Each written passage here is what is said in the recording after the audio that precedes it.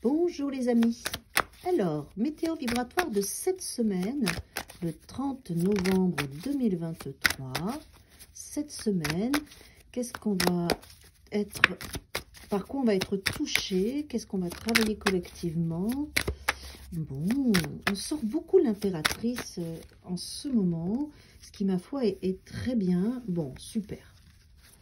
Alors, cette semaine, on voit bien qu'on a des soucis, des peurs, du stress, des angoisses, à ce que les choses ne se passent pas comme on veut. Il y a des émotions qui sont là, qui remontent, qui sont de l'ennui, de l'attente, des frustrations, voilà. Et ça va nous donner du stress et des angoisses, d'accord? Mais bon, après, on est en fin de mois, début du mois de novembre.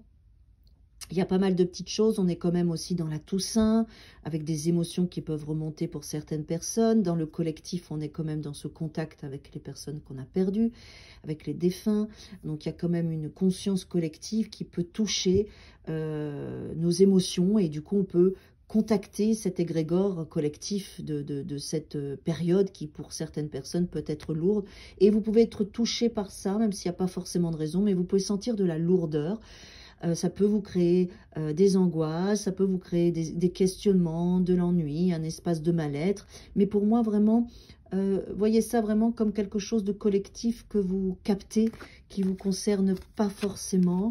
Voilà, parce que derrière, on voit bien que là, on reprend son pouvoir personnel, on est dans la concrétisation. Il y a l'impératrice qui est là aussi avec une possibilité d'être vraiment dans de nouveaux projets. Et le 3 de coupe qui nous amène cette légèreté, cette envie d'être avec les autres et de partager. Vous allez sentir cette semaine 2 états, d'accord? La force, la légèreté, la joie, la possibilité, l'enthousiasme, la force de création, et en dessous ou au-dessus du stress, de la douleur, de mal-être, de la tristesse. Vraiment, lâcher prise sur tout ça, jongler, d'accord, entre ces 2 états, parce que c'est la période qui peut aussi s'y prêter, d'accord? Donc, restez sur le groupe, les gens positifs, l'énergie, l'optimisme, l'espoir. Restez bien sur cette énergie-là. Nourrissez votre pensée de positivité parce qu'il y a les 2 champs vibratoires qui sont là. Et il faut choisir le bon, d'accord? Pas être tenté par quelque chose qui est douloureux, avec le diable qui est là.